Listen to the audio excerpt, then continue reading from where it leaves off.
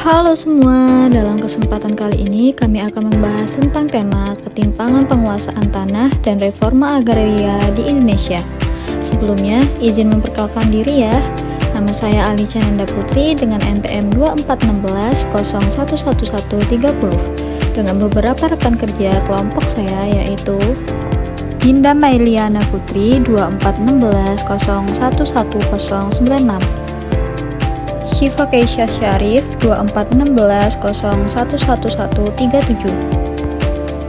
Andika Pratama 2456 Bunga Fitriana 2456 Aziza Aulia 2416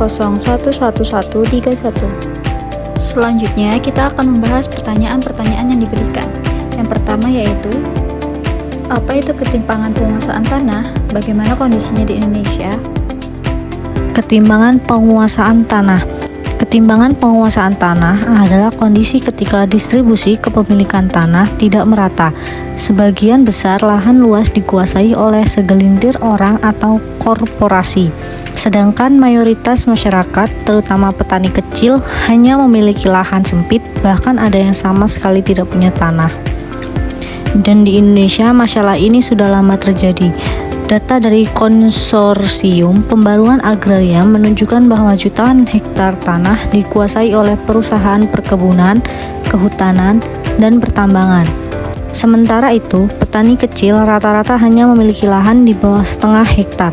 Kondisi ini menyebabkan kesenjangan sosial, kemiskinan di pedesaan, serta munculnya konflik agraria di berbagai daerah. Yang kedua, apa itu reforma agraria? Rakyat miskin masih hidup menderita, jangankan rumah tanah pun tak punya. Sementara Tuhan takdur berkuasa, tanah terlantar tak termanfaatkan. Terjadi degradasi lahan. Negara hadir atasi ketimpangan, entaskan kemiskinan dan pengangguran, berkurangnya sengketa agraria, reforma agraria, aset dan akses reform untuk kesejahteraan rakyat. Ini bukan janji semata, diatur tegas, regulasinya rakyat miskin tersenyum kembali, hidup makmur dan berkeadilan. Yo ayo dukung reforma agraria agar rakyat bahagia dan sejahtera. Yo ayo sukseskan reforma agraria, pejuang reforma agraria mulia. Reforma agraria adalah upaya penataan kembali struktur kepemilikan, penguasaan, dan pemanfaatan tanah agar lebih adil dan merata. Intinya, reforma agraria bertujuan untuk memberikan akses tanah kepada rakyat kecil, terutama petani, agar mereka bisa hidup lebih sejahtera. Ada beberapa mandat utama reforma agraria. Yang pertama, ada redistribusi tanah, yaitu pembagian tanah kepada masyarakat yang tidak punya atau memiliki tanah sangat sedikit. Yang kedua, ada legislasi aset, memberikan sertifikat resmi agar masyarakat memiliki kepastian hukum atas tanahnya. Yang ketiga, pemanfaatan tanah secara berkelanjutan, yaitu memastikan tanah yang digunakan untuk kesejahteraan rakyat, bukan hanya kepentingan segelintir pihak, yang dimana di dalamnya juga terdapat konsep restrukturisasi penguasaan tanah, yang artinya mengubah kondisi ketimpangan menjadi lebih merata. Jadi dari yang sebelumnya dikuasai oleh sedikit orang, tanah dialokasikan kembali untuk rakyat banyak. Tanah itu pernah jadi rebutan, pernah jadi alasan pertikaian, tapi hari ini jadi ladang harapan. Reforma agraria bukan janji manis, tapi solusi yang makin realistis. Di atas tanah yang kini diletaki hak, tumbuh jagung, padi, dan semangat yang tak retak. Petani punya lahan yang jelas, tak lagi cemas, tak lagi was-was. Tanah subur menjadi sumber daya, mewujudkan cita-cita kedaulatan pangan bangsa. Dari desa ke kota, dari ladang ke meja. Reforma agraria tertata, sejahtera tercipta. Ketahanan pangan tak lahir dari angan-angan. Ia tumbuh dari tanah yang ditanam dengan keadilan. Inilah tanah yang tak lagi diperebutkan, tapi dijaga demi masa depan.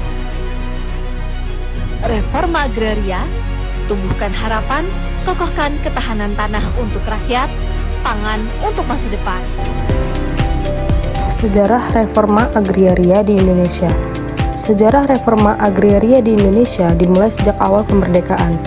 Tahun 1960, pemerintah mengeluarkan Undang-Undang Pokok Agraria atau UU-PA 1960.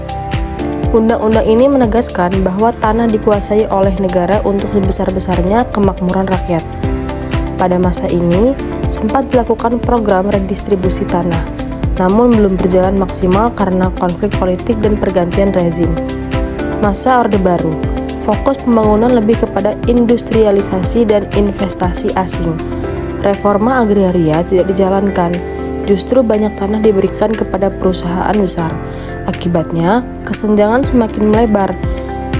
Masa reformasi hingga sekarang, isu reforma agraria kembali diangkat. Pemerintah meluncurkan program Tanah Objek Reforma Agraria atau TORA, serta pendaftaran tanah sistematis lengkap. Namun sayangnya, pelaksanaannya masih menemui banyak kendala, mulai dari tumpang tindih aturan, konflik kepentingan dengan korporasi, hingga lemahnya keberpihakan politik. Meski begitu, reforma agraria tetap menjadi agenda penting untuk menciptakan keadilan sosial di Indonesia. Nah, dari pembahasan tadi bisa kita simpulkan bahwa ketimpangan penguasaan tanah adalah masalah yang serius, yang berdampak luas pada kemiskinan dan konflik sosial. Reforma agraria hadir sebagai solusi untuk menata kembali distribusi tanah agar lebih adil, memberi kepastian hukum, dan meningkatkan kesejahteraan rakyat kecil. Namun, keberhasilan reforma agraria sangat bergantung pada komitmen politik pemerintah, konsistensi kebijakan, serta keberpihakan kepada rakyat.